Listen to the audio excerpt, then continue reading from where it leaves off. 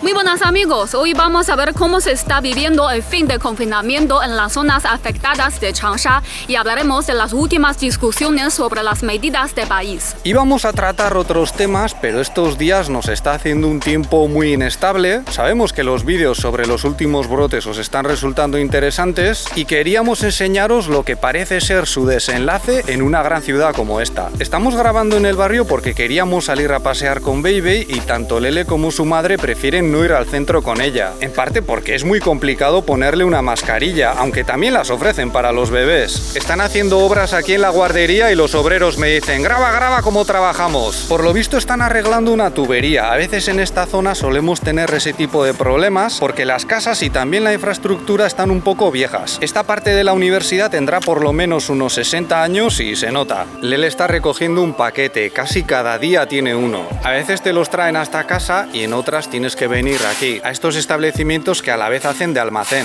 A partir de este punto nos vamos a poner la mascarilla porque va a empezar a haber más gente. Además, aunque no es estrictamente obligatorio llevarla, si pasas por uno de los puntos de control que siga habiendo aquí, te pueden pedir que te la pongas. En realidad yo creo que tanto en el centro como aquí las posibilidades de contagiarse son muy bajas, pero es verdad que aquí hay mucha menos gente y las medidas son bastante serias. Quizás porque pronto vienen los estudiantes y ya os dijimos que puede ser un momento delicado. Mirad, aquí sigue en marcha el punto de control, pero estamos en modo suave, por así decirlo, porque solo te miran los códigos de salud si entras en coche. Si vas andando, tienes por lo menos 100 metros de distancia por los que acceder, como Pedro por su casa. A lo mejor cuando lleguen los estudiantes los hacen pasar a todos por la misma calle para asegurarse de que nadie tenga fiebre, pero en este barrio hay 1000 rincones por los que colarse y al final dependen mucho de que la gente colabore. Una medida que ya están aplicando en muchas universidades, incluida esta, es que 2 semanas antes de comenzar el curso los estudiantes tienen que informar sobre su estado de salud cada día. Ahí no se puede saber si están diciendo la verdad o no, porque no hay un médico tomándoles la temperatura o haciéndoles un chequeo, pero se espera que actúen de forma responsable.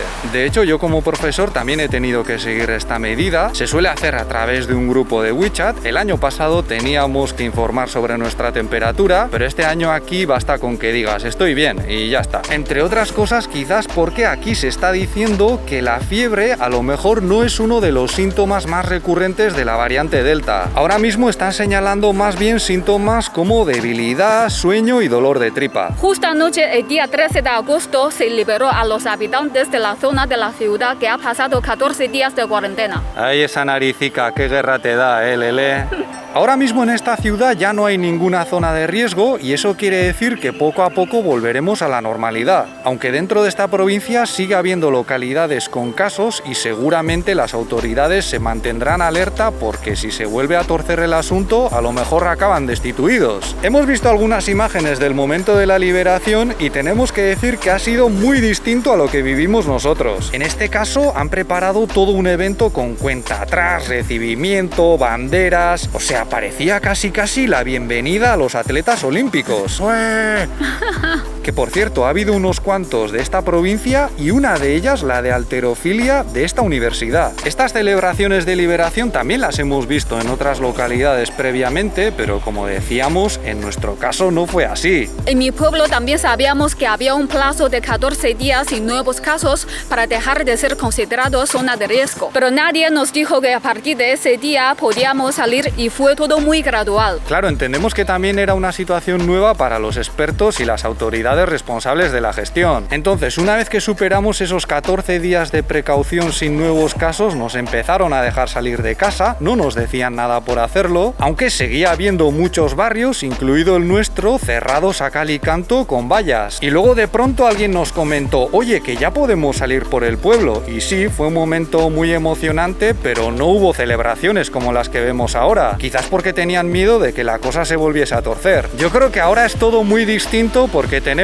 mucha más información sobre el virus y estos procedimientos se han convertido en una especie de rutina, por lo que resultan mucho más aburridos, entre comillas, que cuando los vivimos nosotros. Nosotros también nos aburríamos, tampoco estábamos tan preocupados, pero cada día tenía por lo menos una pequeña dosis de incertidumbre que te mantenía en vilo, por así decirlo. Pero ahora lo que sientes cuando te confinan es sobre todo tedio necesario y hace falta otro tipo de cosas para que no nos desmotivemos. Algunos nos han preguntado, ¿y qué pasa con tu trabajo y tus ingresos si te quedas en esa situación? Bueno, pues esto está regulado por leyes que salieron a comienzos de 2020. El gobierno tiene que garantizar la manutención de las familias. A nosotros nos traían la compra a casa que pagábamos de nuestro bolsillo, pero también nos regalaron verduras y si no tienes ingresos te conseguirán comida como sea, no van a dejar que te mueras de hambre. Además, estas leyes protegen a los trabajadores de manera que la empresa no te puede echar así como así si te quedas confinado y te tiene que pagar por lo menos el mínimo. Por lo que en principio, siempre que tengas un contrato de trabajo, no te pueden dejar tirado. Si resulta que tienes tu propio negocio y no puedes atenderlo, también puedes solicitar ayudas para pagar el alquiler del local, por ejemplo, y si estás pagando un préstamo, puedes solicitar un aplazamiento. Oye, tenemos que decir que nos da un poco de pereza hacer vídeos estando medio de vacaciones, pero de verdad, qué gozada con esta tranquilidad.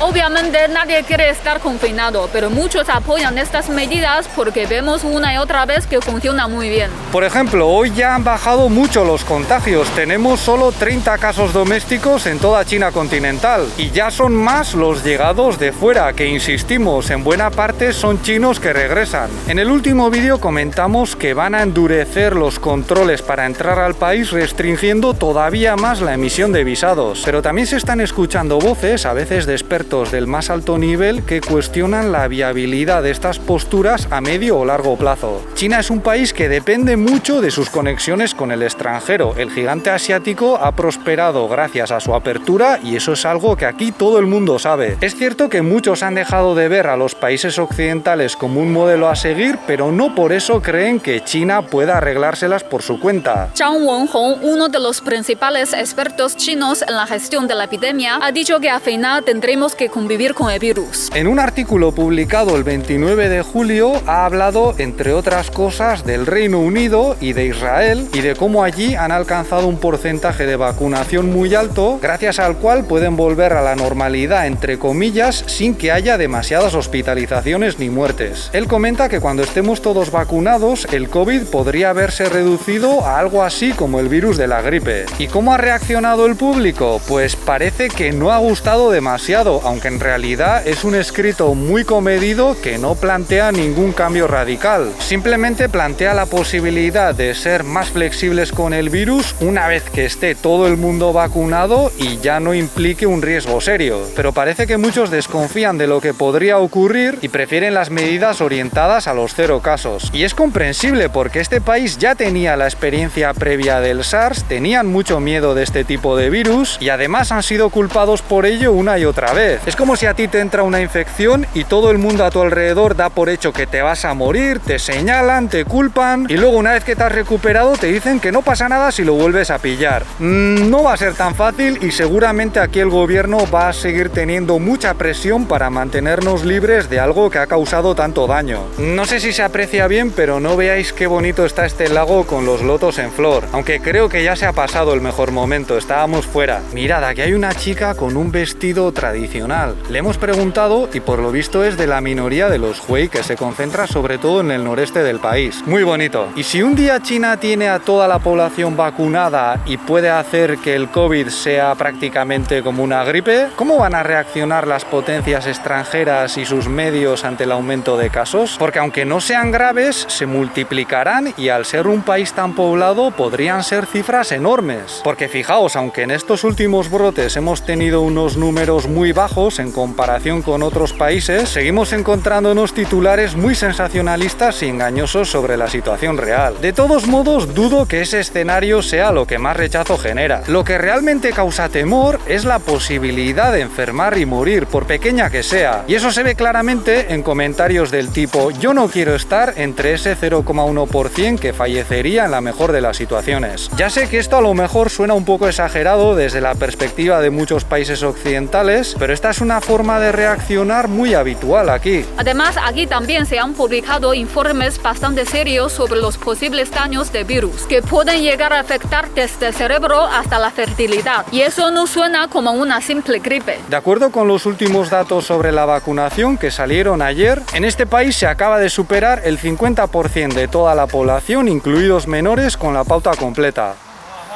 ¿Oís eso? Es un vecino cantarín. Ahora lo vamos a... ¡Olé! Va con los auriculares y cantando a pleno pulmón.